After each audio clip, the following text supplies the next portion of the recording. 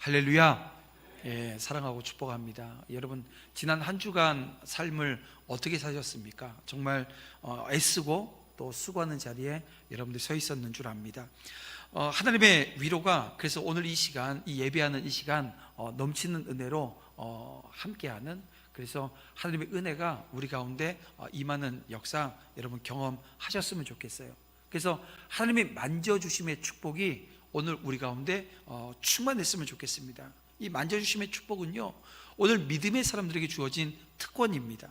그러니까 하나님이 이 예배 시간 가운데 임재하셔서 오늘 우리가 드리는 이 예배를 받아주시고, 또 우리가 기도하고 간구할 때 오늘 우리를 임재하시는 것, 만나주심으로 말미암아 응답해 주시고, 또 사명의 자리에서 헌신할 때는 또 우리의 삶의 자리가 정말 기름진 자리, 땅에 기름진 축복이 넘치는 은혜가 우리 가운데 함께 하심으로 넘쳤으면 좋겠습니다.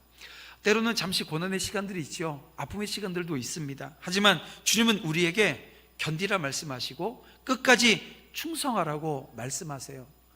여기엔 약속의 말씀도 함께 있는데요, 오늘 이 주님의 말씀과 주님의 마음을 담아 우리 옆에 있는 분들과 함께 인사할 때 하나님이 함께 하십니다. 우리 함께 인사하고 축복하겠습니다. 하나님이 함께 하십니다. 예, 하나님 함께 하십니다. 네, 함께 하시는 은혜가, 축복이 넘치길 원합니다. 여러분, 오늘 우리는 믿음의 길, 반전과 승리로라고 하는 주제를 가지고 우리 요한계시록 말씀을 읽어나가고 있는데요, 오늘은 그 5번째 시간입니다. 교회 그리스도를 따르다라고 하는 제목으로 여러분 말씀으로 함께 은혜 나누고 받는 시간 갖길 원합니다. 하나님은 오늘 우리에게 말씀으로 함께 해주십니다. 우리 하나님이 함께 해주시는데요, 말씀으로 함께 해주세요. 그래서 때로는 예언의 말씀을 주십니다. 하나님이 우리에게 예언의 말씀을 주시는 이유는 이유가 있어요. 미리 준비하라는 거예요.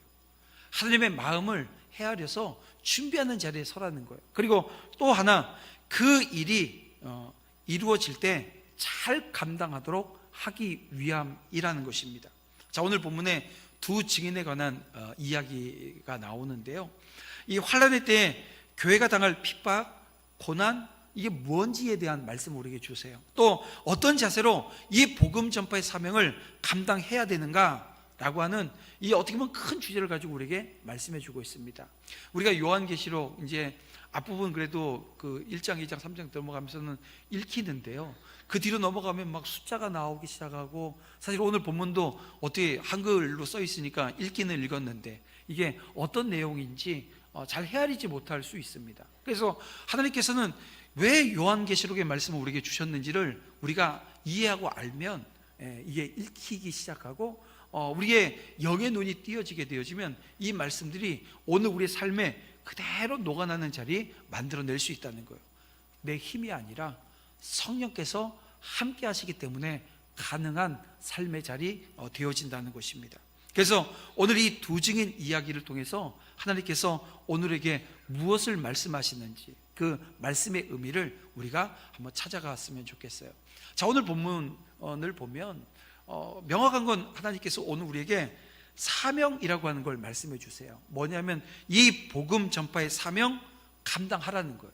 이게 지금 오늘 본문에 나온 주된 내용입니다. 자, 오늘 본문 1절 말씀을 다시 한번 보면요, 요한은 환상 가운데 지팡이 같은 갈대를 받아서 성전과 제단과 이 경배하는 자들을 측량하라고 하는 명령을 받게 되어집니다.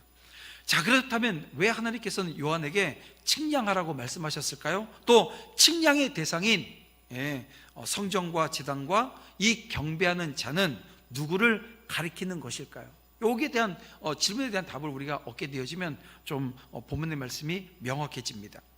여러분, 측량이라고 하는 것 해보셨나요? 측량은 언제 측량하죠? 내 것이, 그러니까 물건이나 땅에 대한 것은 땅에 대한 것을 놓고 우리가 측량이라고 하는 표현을 쓰는데요, 이 측량할 때는요 이유가 있어요. 내 것이 명확하게 딱 하기 위해서 측량이라고 하는 것을 합니다. 그래서 측량을 해보면 이때까지 내 땅인 줄 알고 살았는데 남의 땅을 내가 이게 침범해서 살고 있어요. 또 측량을 해봤더니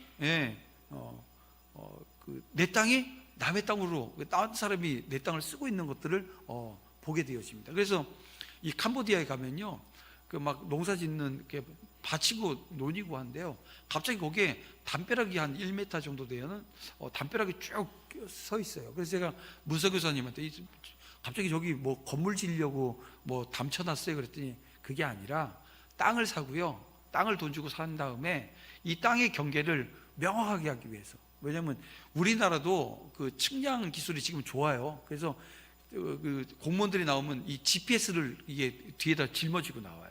그러니까는 땅이요, 옛날에는 막 이게 옛날 그런 얘기 있었죠. 담배값 이렇게 지어주면, 그리고 좀 이렇게 좀 밀어주세요 하게 되면 쭉 밀려갖고 경계를 넓힌다고. 예.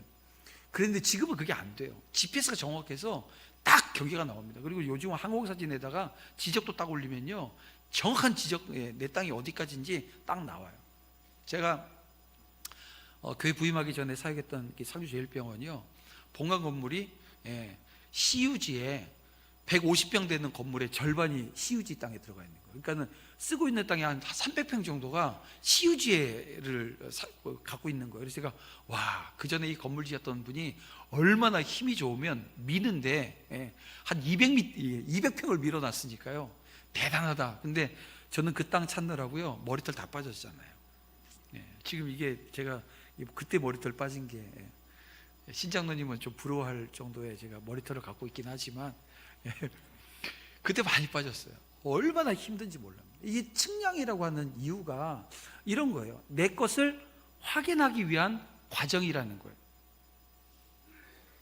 따라서 하나님께서 요한에게 측량해라 이런 명령하신 것은 어떤 걸까요?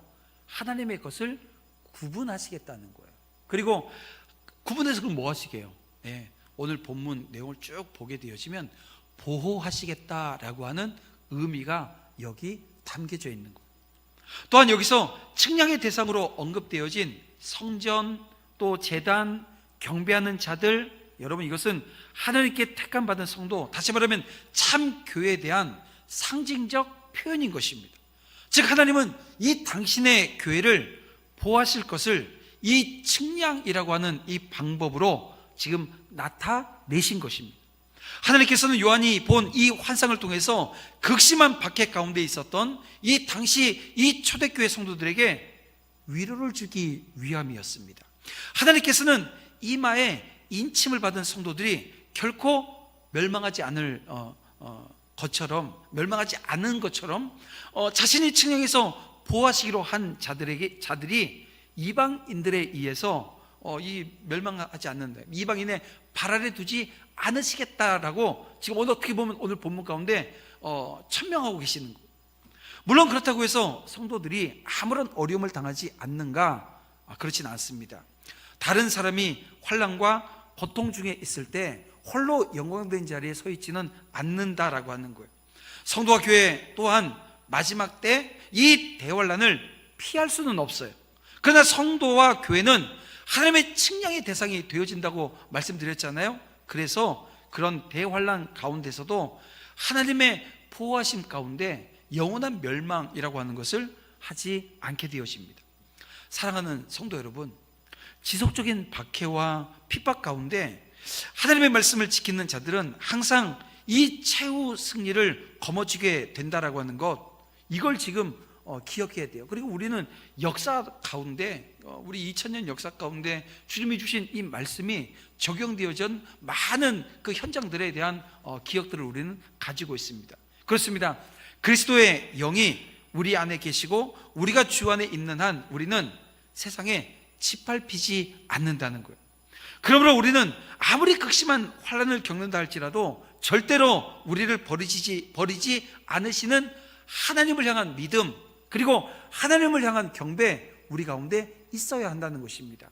아직은 환난이 찾아오지 않았다 할지라도 이 환난의 때에 오늘 우리는 믿음 지킨다라고 하는 것, 그리고 온전히 하나님을 향해 서 있어야 된다는 것, 그리고 그 자리는요 다른 자리가 아니고 이 예배 자리입니다. 이 예배 자리를 잘 지켜내는 것, 이게 가장 중요한 포인트예요. 그리고 이로 인해서 우리는 세상을 향해서 탐대할 수 있어요. 여러분 명심하십시오. 저들은 우리를 짓밟을 수 없다라고 하는 것을 말입니다. 그런가 하면 오늘 보면 3절 말씀을 보면 두 증인이 나오는데요, 이 두 증인이 어떤 옷을 입고 있어요? 굵은 베옷을 입고 있어요. 자, 여러분, 전통적으로 히브리 사회에서 이 굵은 베옷을 입는다라고 하는 것은 크게 애통할 일이 있을 때 이 굵은 베옷을 입어요. 따라서 이 두 증인이 굵은 베옷을 입고 예언하는 것은 이들이 세상에 대해서 이제 애통할 일이 있다는 거예요. 뭐냐면 이것은 세상에 대해서 회개의 메시지를 선포한다라고 하는 사실을 오늘 우리에게 보여주고 있는 것입니다. 여러분, 회개하면 여러분 많은 그 이야기들이 성경 안에 기록되어 있고 나타나지만, 여러분 세례 요한이 광야에서 그 무사람들에게 외쳤던 그 내용이 무엇입니까? 회개하라라고 하는 회개를 외쳤어요. 그리고 예수님께서 사역을 시작하실 때 가장 처음 일갈하신 내용이 무엇입니까? 회개하라, 천국이 가까웠느니라 라고 하는 말씀을 주셨고요. 오순절에 각지서 오게 되어진 그 이스라엘 사람들에게 베드로가 설교를 해요. 근데 이 설교를 듣고 그 사람들이 어떤 얘기를 하면 우리가 어찌할꼬, 형제여 우리가 어찌할꼬, 이 얘기를 물어요. 그때 베드로가 어떤 답을 줘요? 회개하라 라고 하는 답을 주었던 것을 우리는 성경을 통해서 보게 되어집니다. 여러분, 이와 같이 회개는 죄인이 하나님께로 돌아오기 위한 필수 요건입니다. 그러니까 회개 없이 하나님 앞에 설 수 있는 존재는 없어요. 따라서 하나님을 모르고 거룩한 성을 짓밟는 자들에게 다른 메시지는 여러분 소용이 없습니다. 오로지 회개만이 필요할 뿐이라는 거예요. 회개만이 그들을 살릴 수 있기 때문에 그렇습니다. 사랑하는 성도 여러분, 오늘 우리는 두 증인의 그 모습에서 우리가 불신 이웃에게 어떤 말씀을 전해야 할지 다시 한번 깨닫게 되어집니다. 그것은 바로 회개의 말씀이라는 거예요. 그들에게 예수 믿으면 부자 될 거야, 예수 믿으면 잃었던 건강 되찾을 거야, 여러분 이것은 이 복음의 본질이 아닙니다. 여러분, 오늘 우리가 전해야 될 것은 회개하고 천국 가자라고 하는 이 권면, 이 권유가 더욱더 그들에게 절실한 거예요. 여러분, 이 권면이, 이 선포가 오늘 우리 가운데 있어야 된다는 거예요. 여러분, 오늘 우리 어제도 김장을 해서 이 150통에 150가정의 김장을 나누게 되어져요. 1,500kg의 김장을 어제 했어요. 그리고 이제 다음 주에는 또 그 연탄을 나누게 되어집니다. 연탄을 나누는데요, 제가 이제 봄에보다는 좀 많이 했어요. 근데 부청에다 얘기했더니 이게 저희가 할 수 있는 게 한 2,400장인 거예요. 근데 지난주에 이 절에서 34,000장을 해버렸더라고요. 그러니까 저희한테 올 게 없는 거예요. 그래서 제가 박 목사님한테, 목사님 내년엔 한여름에 연탄 얘기해야 될 것 같아요. 찬바람 불고 나서 연탄 얘기하게 되면 우리는 이 섬기는 자리인데, 근데 이것도 되게 큰 겁니다. 왜냐면 34,000장 할 거면 한 37,000장 하지, 이 생각이 들더라고요. 다 하지 그걸 남겨놔서. 근데 남겨놔서 또 우리가 할 수 있으니까 또 우리도 같은 섬김의 자리에 서니까 괜찮겠다라고 하는 생각이 들긴 하는데요, 여러분 그런 거예요. 여러분, 오늘 우리가 이 나누는 그 자리, 섬기는 그 자리에 빠지면 안 되는 내용이 있어요. 우리가 기도해야 되는데요, 그 기도 속에는 그들이 회개하고 돌아오기를 구하는 기도가 있어야 되는 거예요. 여러분, 이 섬기는 자리에 기도가 있지 않고 그 섬기는 자리에 회개를 향한 선포가 없게 되어지면, 여러분 그건 어떻게 보면 그냥 우리 만족하는 거 아니에요? 우리 이 정도는 하고 있어, 요거 하고 있는 거야, 이게 우리 만족으로 끝나버리는 거거든요. 여러분, 오늘 우리 안에 정말 사람들의 생명을 구하기 위한, 그리고 그것이 사명이라고 하는 것을 다시 한번 헤아리고 깨닫는 자리에 저 여러분이 서기를 원합니다. 그래서 우리 입에서 그들을 돌이키게 하는 이 진리의 선포가 있어야 된다는 거예요. 그렇습니다. 우리에게는 그들이 원하는 말이 아닌 그들에게 필요한 말을 오늘 우리가 해줄 책임이 우리에게 있는 거예요. 듣고 싶은 얘기 얼마든지 있죠. 근데 듣고 싶은 얘기가 아니라 정말 그들에게 필요한 얘기를 우리가 해야 한다는 거예요. 여러분, 그것은 바로 회개의 선포입니다. 오늘 우리 안에 그것으로 충만하기를 다시 한번 기도의 자리에서 주님 주시는 능력받아 하나님 앞에 온전히 쓰임받는 저와 여러분 되어지기를 원합니다. 한편 두 증인이 굵은 베옷을 입은 것은 그들이 메시지에 부합한 옷차림을 하고 있었음을 말해주고 있습니다. 그러니까 입으로 멸망, 회개 이 관한 말을 외치면서 이런 생각이 있어요. 회개하라 그러면서 방긋방긋 웃어가면서 뭐 약 올리는 듯한 모습 아니겠어요? 또 이 심판을 얘기하고 멸망을 얘기하면서 막 좋은 옷 입고 막 이게 맞지 않는 거라는 거예요. 마찬가지예요. 지금 그래서 지금 그 회개를 선포하고 있고 멸망을 선포할 사람이 어떤 옷을 입고 있어요? 굵은 베옷을 입고 있어요. 왜냐하면 그들이 처해질 그 환경을 놓고 보면 울지 않을 수 없는 거예요. 애통하지 않을 수 없는 거예요. 마찬가지입니다. 오늘 저와 여러분 이 성도의 모습도 그 임무에 맞는 모습을 해야 됩니다. 제가 어제 오전에 김장하는데 김장하지 않을 옷을 입고 올라갔어요.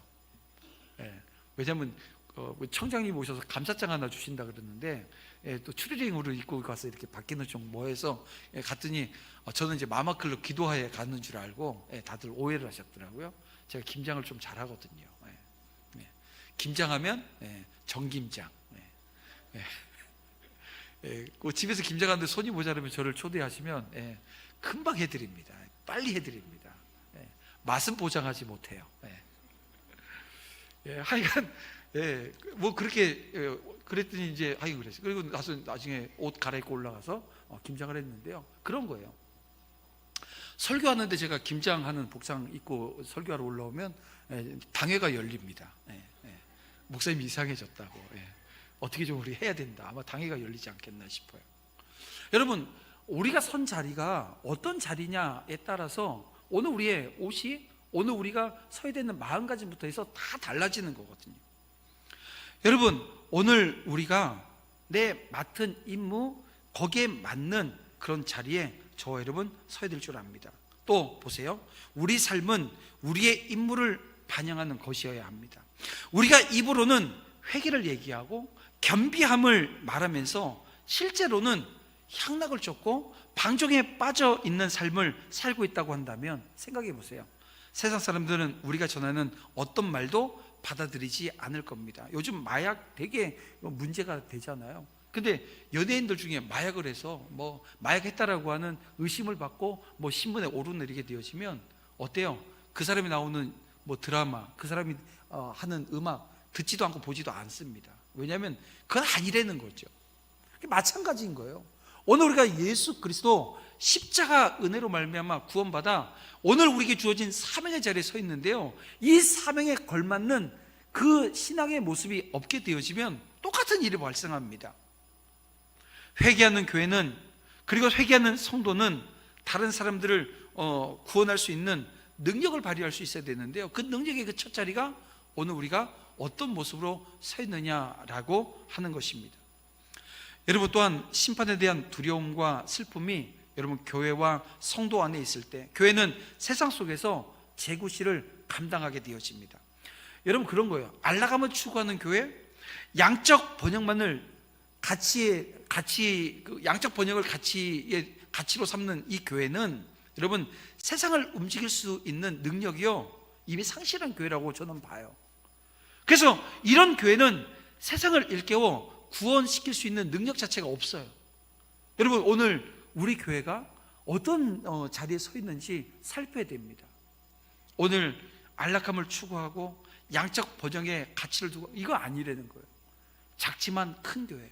오늘 우리가 작은 일 속에 하나님의 놀라운 은혜가 있고 역사가 있는, 여러분 그것은 기도하는 자리에서 오늘 우리 안에 하나님이 주시는 능력으로 임하게 되어집니다. 그리고 이런 교회는 세상을 일깨워 구원하는데 성공할 수 있는 거예요. 여러분, 오늘 우리 이 공동체가 그런 은혜가 넘치는 공동체로 나아가길 원합니다. 그러므로 우리는 밖으로부터 심판을 외치기 전에 스스로 굵은 베옷을 입을 줄 아는 성도의 모습이 되어야 한다는 거예요. 그렇습니다. 우리에게 주어진 사명은 눈물과 회개 없이는 감당할 수 없는 일입니다. 세상을 향해서 십자가 복음을 전하는 이 사명의 자리에 선 오늘 우리에게 주님께서는 자신의 죄를 먼저 고백하라는 거예요. 네, 회개하라는 거예요. 그러니까 오늘 우리가 먼저 회개하고 이웃을 위해서 애통하는 마음 우리가 먼저 가져야 된다는 거예요. 여러분, 그런데요, 이 모습으로 선 오늘 우리 성도들에게 하나님은 큰 약속 하나를 주세요. 오늘 본문 6절에 보니까요, 영적 권세를 주시는데 어떤 권세요? 하늘을 닫아 그 예언을 하는 날 동안 비가 오지 않는데요, 물을 피로 변하게 하는 권세를 주시겠대요. 재앙으로 땅을 칠 권세도 주시겠다고 지금 오늘 6절에서 말씀하고 있습니다. 자, 예수님께서도 이런 말씀하셨죠. 누가복음 10장 19절 말씀에 보면 내가 너에게 뱀과 전갈을 밟으며 원수의 모든 능력을 제할 권능을 주었으니 너희를 해칠 자가 없으리라 라고 하는 이 말씀입니다. 하나님은 복음 전파는 오늘 저와 여러분에게 영적인 권세 주시겠다고 말씀하셨습니다. 이 영적인 권세를 이 전파자들에게 주시는 거예요. 그러므로 오늘 우리가 주눅들지 않고 담대하게 이 복음을 전하는 그 사명의 자리에 설 수 있는 것입니다. 내 힘이 아닌 하나님의 힘으로, 하나님의 붙드심으로 오늘 우리가 그 자리에 서 있기 때문에 그렇습니다. 자, 그런가 하면 주님은 오늘 우리에게 순교와 멸시 각오하라는 거예요. 자, 이 복음 전파하라고 이 권능 주시겠다고 말씀하신 주님께서 순교와 멸시 각오하라는 거예요. 자, 7절 말씀을 보면요, 이 두 증인이 증거를 마칠 때 무적행으로부터 짐승이 올라와요. 그리고 전쟁을 일으킬 거라고 말씀하고 있습니다. 여기서 이 짐승은 적그리스도를 가리키고요, 무적행으로부터 올라오는 것은 그가 악마적 기용과 특징을 가지고 있는 것을 지금 말하고 있는 것입니다. 그래서 두 증인은 적그리스도로부터 아주 극심한 핍박을 받고 순교당할 거라는 거예요.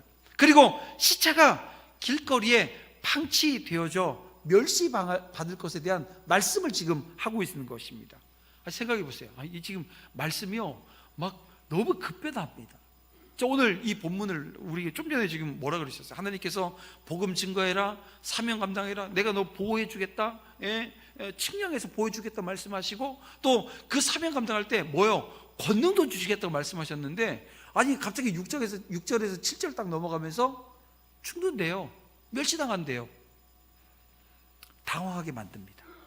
근데 여러분, 우리가 본문을 읽으면서 주목해야 될 것은 여러분 이겁니다. 두 증인의 죽음이 아니에요. 7절 말씀을 다시 한번 보면요, 오늘 우리가 여기서 그들을 죽일 터인즉이라고 하는 끝에다가 방점을 두면 안 돼요. 지금 노란색, 그들이 그 증언을 마칠 때라고 하는 이 때에 우리는 주목해야 됩니다.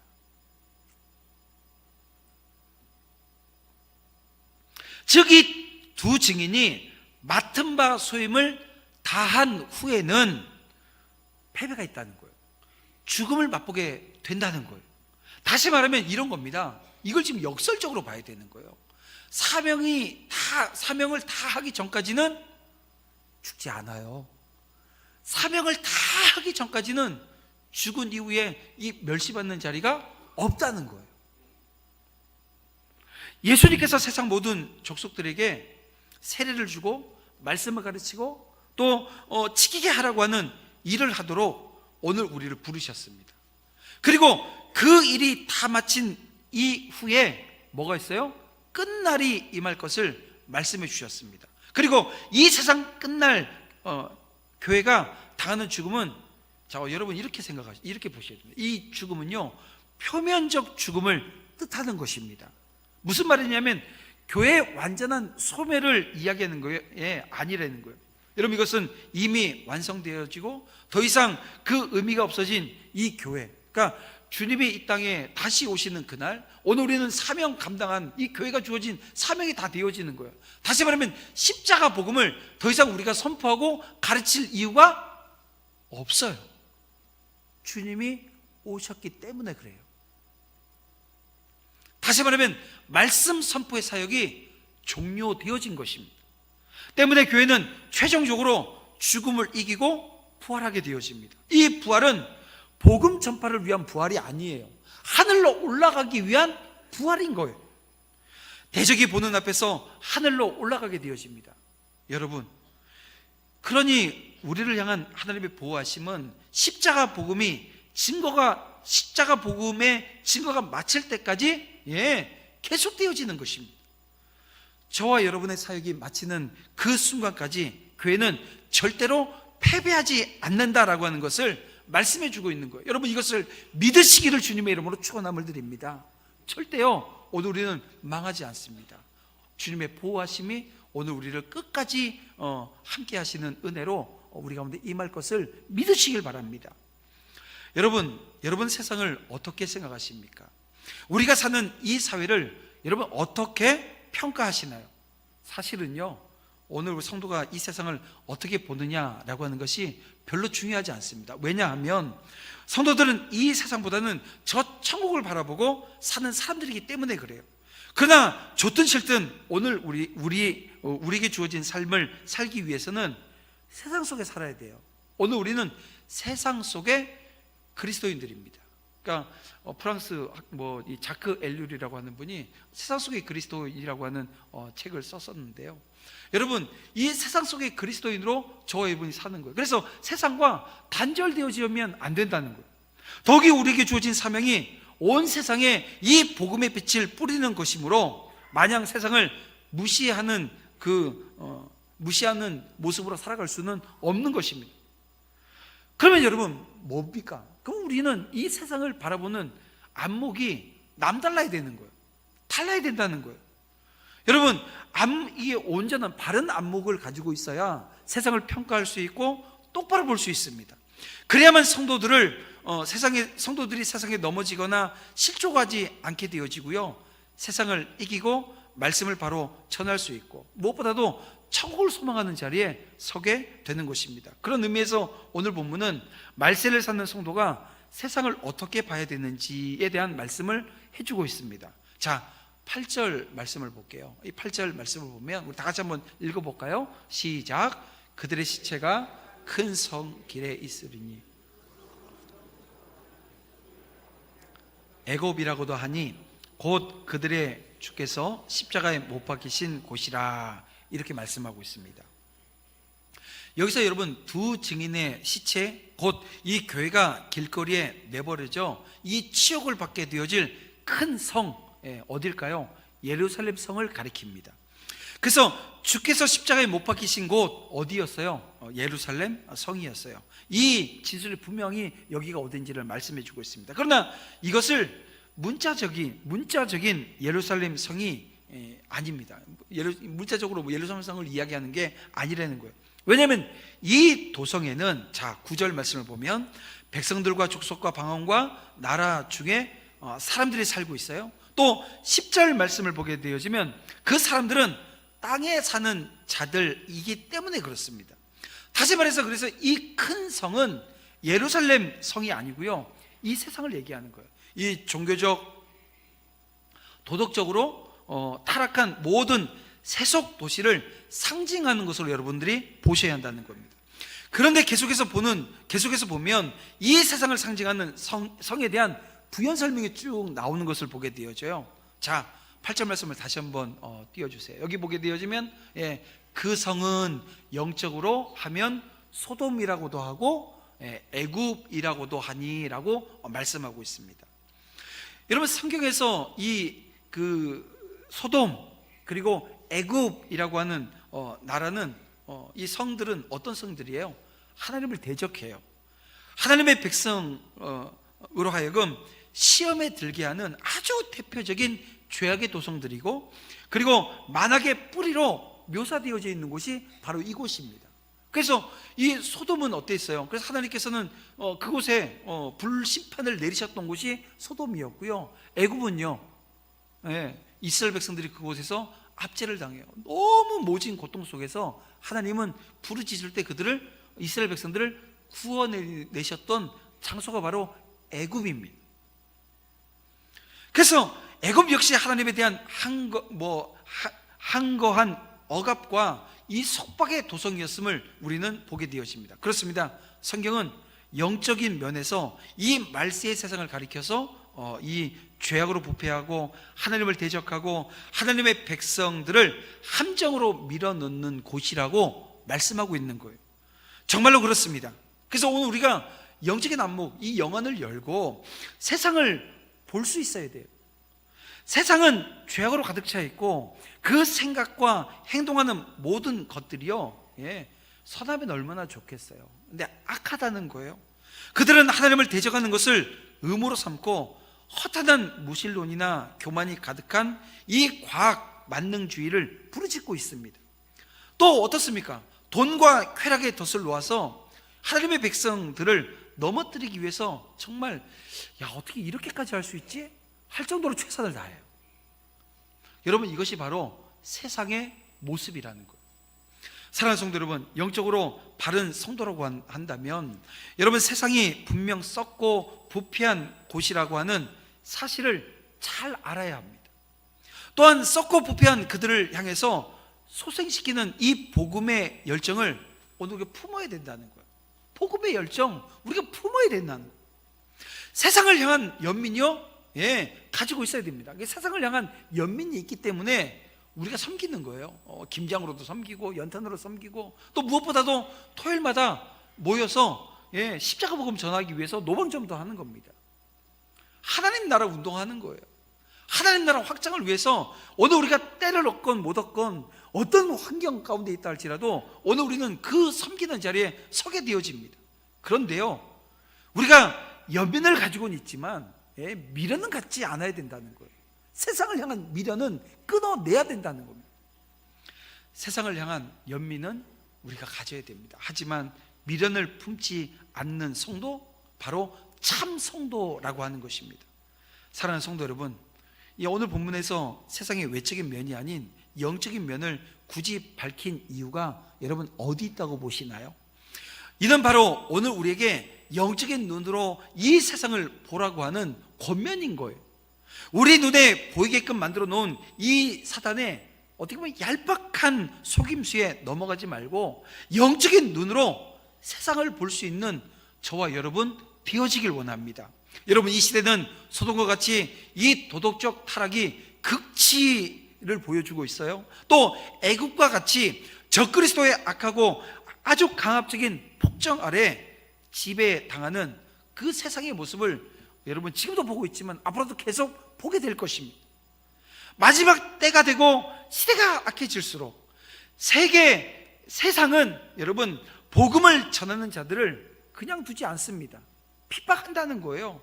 죽이려 할 것입니다. 지금도 여러분 이슬람 지역에 가게 되어지면 복음을 전하다가 순교당하는 일들이 많이 있어요. 여러분 태국에서도요, 태국의 교회가 1%가 안 됩니다. 그런데 그 곳에서 부름을 받아 하나님의 말씀 들고 이 타이족을 선교하기 위해서, 이 많은 소수민족이 아닌 타이족을 복음 전하기 위해서 헌신하는 그 태국인들이, 태국 목회자들이 핍박당하고 고난당해서 많은 어려움을 당하는 얘기들을 듣게 되어져요. 여러분, 그런 겁니다. 오늘 우리도 마찬가지예요. 오늘 우리가 예수 그리스도 이 십자가 복음을 전하기 위해서 선 자리에 핍박이 있어요. 고난이 있습니다. 여러분, 그 모든 것들 여러분 우리가 온전히 이해하면서 정말 이런 거예요. 우리가 복음 전하다가 순교당할 일은 사실 이 한국 땅에서는 거의 없는 듯 보입니다. 그런데요, 있게 되어져요. 마지막 때가 되어지면 여러분 복음을 위해 순교도 두려워하지 않는 믿음을 하나님이 요구하실 때가 있어요. 또 담대하게 복음을 전하기를 원하시는 아버지의 마음을 정말 절절히 읽어내는 그런 성도, 그 한 예배자를 찾으시는 아버지, 그 아버지가 내게 찾아오실 때가 있어요. 여러분 그때 어떻게 반응하시겠어요? 어떻게 서시겠어요? 그래서 오늘 요한계시록은 그때 어떻게 반응하고 어떻게 서서 어떤 사역의 자리에 서야 되는지에 대한 말씀을 우리에게 주고 있는 것입니다. 그 말씀의 마지막이 오늘 우리에게 주시는 은혜입니다. 어떤 은혜냐면 최후의 승리할 것에 대한 말씀을 우리에게 주셔요. 자, 오늘 본문 11절 이하를 보게 되어지면 하나님의 생기가 들어왔을 때, 하나님의 생기가 들어왔을 때예요. 하나님의 생기가 우리 가운데 들어오게 되어지면 두 증인은 죽은 지 3일 반 만에 어떻게 돼요? 다시 살아난대요. 그리고 구름 타고 승천한대요. 그것을 구경하는 모든 자가 크게 두려워하게 될 거라고 말씀하고 있습니다. 적그리스도가 두 증인을 핍박하고 죽임으로써 모든 게 다 끝났다라고 생각했을 때, 마치 예수님께서 십자가에 죽으셨을 때 유대인들이 어떻게 됐어요? 야, 끝났어 했는데 예수님이 끝난 그 자리가 승리의 자리 되어져서 주님께서 그 사망 권세 이기시고 승리하신 그 자리가 지금 오늘 이 두 증인이 다시 승리하는 자리로 이어지는 모습을 우리는 보게 되어집니다. 끝난 것이 아니라 여러분, 이 두 증인을 부활시킴으로 최후 승리를 주셨음을 여러분 믿으시길 바랍니다. 세상의 권력자와 악한 자들은 결코 여러분 교회를 이길 수 없습니다. 하나님이 지키시고 보호하시는 교회는 비록 죽은 자 같으나 살아있는 것이, 징계받는 자 같으나 죽임을 당하지 않는다는 것, 죽어도 다시 사는 최후의 승리를 믿고 담대하게 복음을 위해서 전진하는 저와 여러분 다 되어지기를 주님의 이름으로 축원함을 드립니다. 말씀을 맺고자 합니다. 교회는 환난의 때에 이 복음 전파의 사명을 받았습니다. 마지막 때가 될수록 교회는 핍박과 순교까지도 각오해야 합니다. 비록 죽을지라도 다시 살리시고 최후 승리를 주시는 하나님을 믿음으로 핍박과 이 환경에 주눅들지 않고요. 내가 환경에 막 주눅들게 되어지면요, 이게 막 쪼그라들기 시작하는 거예요. 여러분, 환경에 쪼그라들지 않기를 원합니다. 내 환경에, 내가 주어진 이 환경에 쪼그라들지 않고 여러분 담대하게 서야 돼요. 근데 이 담대함은 복음 증거할 때 담대함이 생기는 거예요. 왜냐하면 내게 하나님께서 생명 주신 이유가 어디 있는지를 분명하게 알게 되어지는 현장입니다. 그러면 내가 근심하고 걱정하고 내가 이 안타까워했던 그 모든 내 삶의 자리, 환경들이 정리정돈되어집니다. 순서가 정리되어지고요.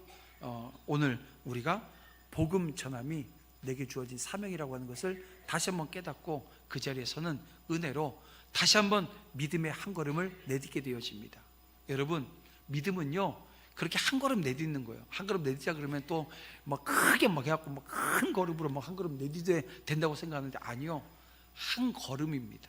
그 걸음은 다 달라요. 옛날에 우리 어르신들 젊은 시절에 큰 걸음 했는데 큰 걸음 돼요, 안 돼요?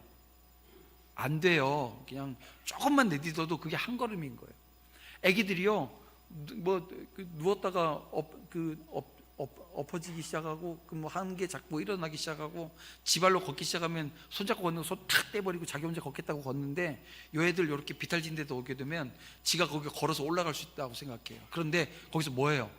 제자리 걸음이에요. 원래 올라가는 근육이 없어요. 발달되어지지 않아서 제자리 걸음합니다. 그런데 그 제자리 걸음 하던 아이가 올라가요. 여러분, 믿음이 그런 거예요. 오늘 우리 안에 하나님이 주신 한 걸음 내딛겠다. 이번 한 주간 아주 작은 한 걸음이 여러분 오늘 우리에게 주시는 축복으로 다가오는 역사 분명 있음을 믿으시고 여러분 한 걸음 내딛는 한 주간 되어지기를 주님의 이름으로 축원함을 드립니다.